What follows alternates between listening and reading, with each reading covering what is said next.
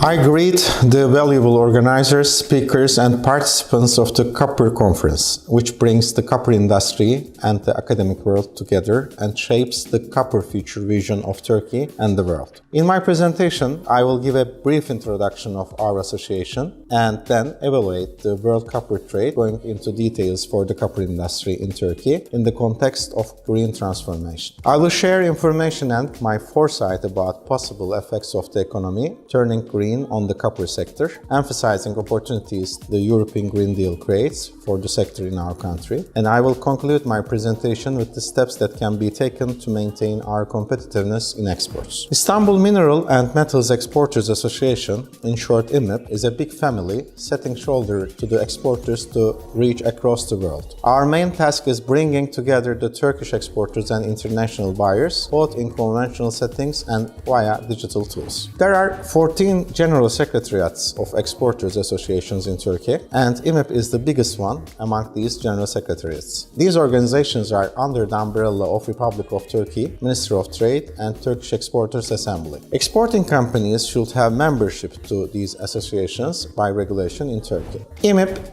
incorporates 6 sub-associations within its body, and each of the sub-associations covers particular sectors. As the logos of the sub-associations can be seen in the visual, IMEP represents 6 big exporter industries in Turkey, which are chemicals, steel, ferrous and non-ferrous metals, electronics, minerals, and jewelry. IMEP has almost 43,000 member companies producing and exporting in these associations. The total export value of the 6 sectors represented by IMEP constitutes 39% of Turkey's total merchandise exports. In this slide, I summarize what we do by topics. We organize national participations to international and national fairs and exhibitions and B2B meetings. We perform market research activities. We lead several projects including the EU-funded ones, clustering projects and design projects in order to leverage the international competitiveness of our sectors. We support the exporters by educational activities via IMEP Academy and besides many sector-based seminars, trainings and workshops.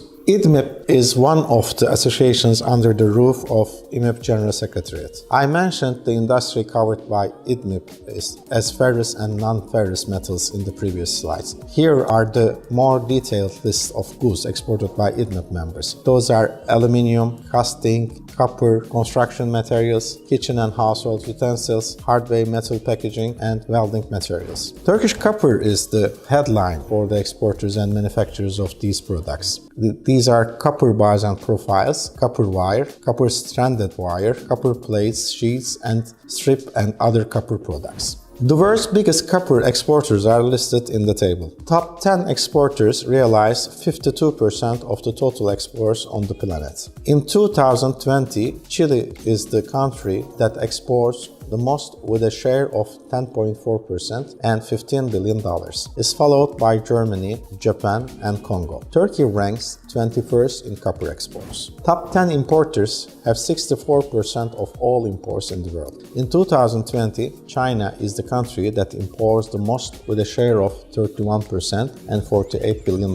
Is followed by Germany, USA, and Italy. Turkey ranks 26th in copper imports. In this slide, you will see that the Turkish copper industry exported $1.4 billion in 2020 and reached $2.25 billion in 2021 with a growth rate of 63%. Italy has a share of 18% in Turkey's copper exports with a value of $410 million.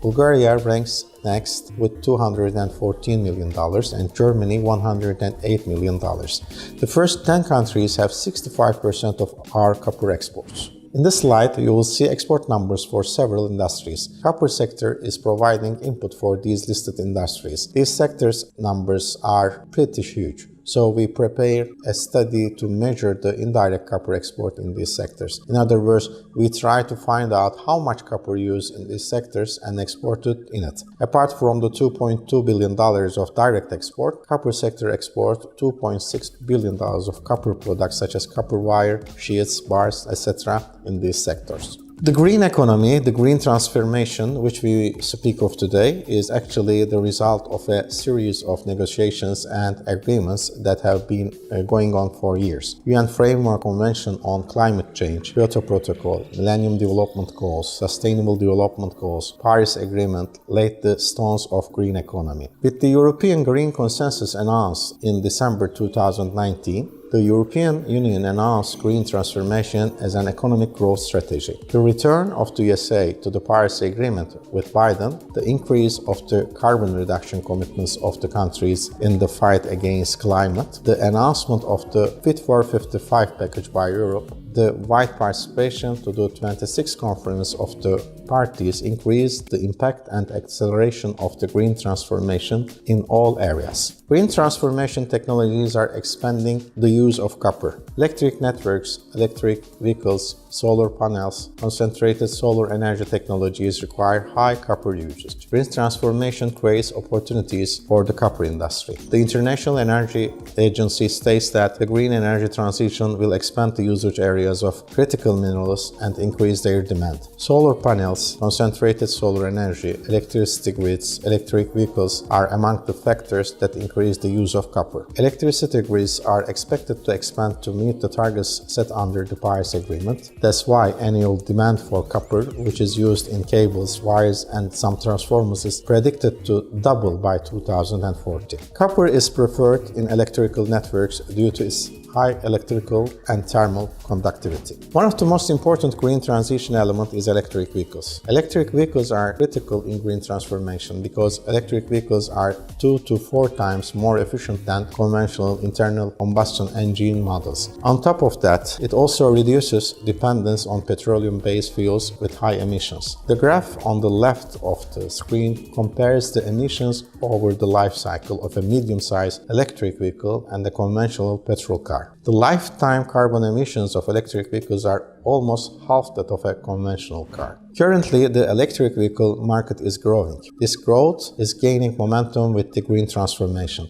The number of electric vehicles, which was 17,000 in 2010, exceeded 10 million in 2020. In the graph on the right, the green part in the columns shows the number of electric vehicles in China. China is the first with 4.5 million electric vehicles. Europe follows with 3.2 million. If action is taken in line with sustainable development goals, the number of electric vehicles will increase 230 million by the year 2030. In this trend, Turkey's Automobile Initiative Group TOG has started work on the first domestic automobile, the development process of which will begin in 2022. The battery of the vehicle will be produced locally and nationally by TOG in Turkey, and it is planned to produce 175,000 units per year in 5 models. As I said before, copper is an essential component in engines, wiring, radiators, connectors, brakes, and bearings used in cars and trucks. The average car contains 1.5 kilometers of copper wire, and the total amount of copper wire varies from 20 kilograms in small cars to 45 kilograms in luxury and hybrid vehicles. Electric vehicles will account for 40% of the total growth in copper demand in 2030. While 5.1 million electric vehicles are expected to be sold in this year, this figure will increase to 31.5 million in 2030, and approximately 30 million electric vehicle charging units will be installed. Thus, the copper demand from the electric vehicle sector will increase by 2.4 million tons by 2030. This indicated that both globally and locally, Turkish copper sector will increase its capacity. I mentioned the copper usage trends, but I need to address why Turkey can be a good partner for industries in need of copper. Turkish manufacturers are flexible in production. Their products are in high standards, and most important of all, they are in compliance with the EU standards. Besides product quality and compliance, Turkish exporters' strengths are logistics, finance opportunities, reliability, and easy to communicate. In this context, we have created turkishcopper365.com. It is a B2B platform open to users from all over the world for free. This platform enables the connection between reliable Turkish copper producers with copper users. In this slide, we listed all our events during this year. Copper-related ones are highlighted as you see. We will be glad to meet you both at these physical events and our digital marketplace. Thank you very much for listening.